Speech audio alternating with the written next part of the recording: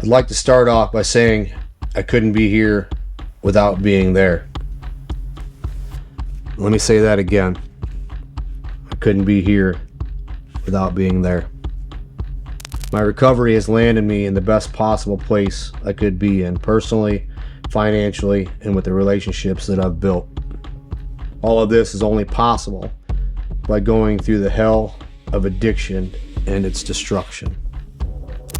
With that being said, I wouldn't tell my younger self not to use opiates.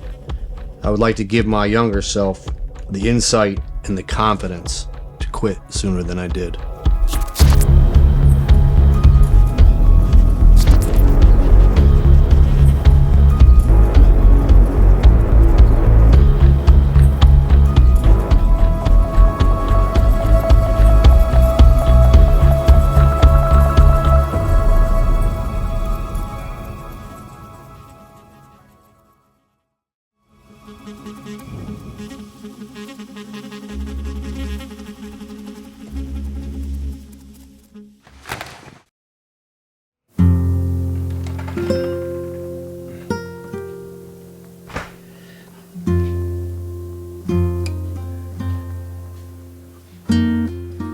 I grew up in Toledo, Ohio.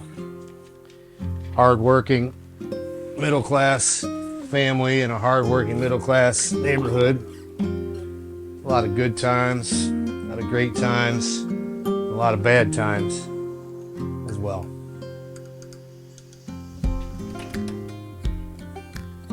There was a lot of abuse in my family, a lot of mental and physical abuse. All the good times shaped me and molded me into who I am, but those bad times changed me.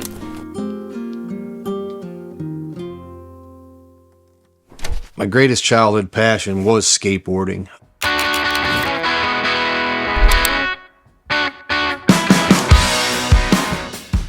Up until skateboarding, I just did normal kid stuff, but once I started skateboarding at age 11, I didn't do anything else. I didn't catch a ball, throw a ball, play any sports.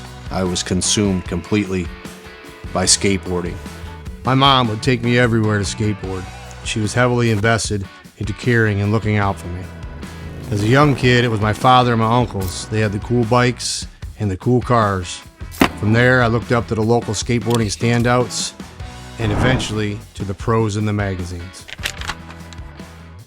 Being with my dad all the time as a child and going everywhere with him and the lifestyle that my dad chose, drugs were prevalent. They were normalized. I knew what drugs were way before I should. I shouldn't have known what drugs were at such a young age. You know, I saw my father go to work every day. I saw my father drink every day. He never missed a beat. So drugs were not taboo, you know, for me growing up. Our household was a lot different than other people's. I didn't know it back then. I thought physical and mental abuse was normal. I thought that went on everywhere.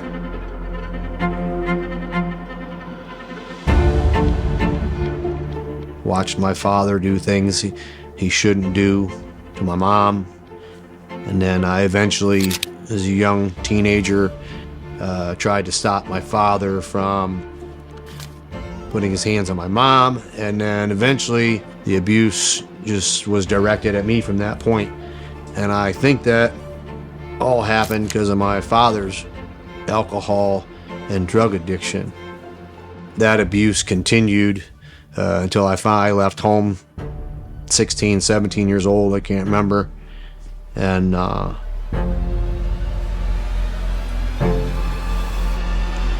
yeah, it changed me. That violence and abuse for so many years that I grew up around eventually developed into my own pattern of violence, which landed me in prison.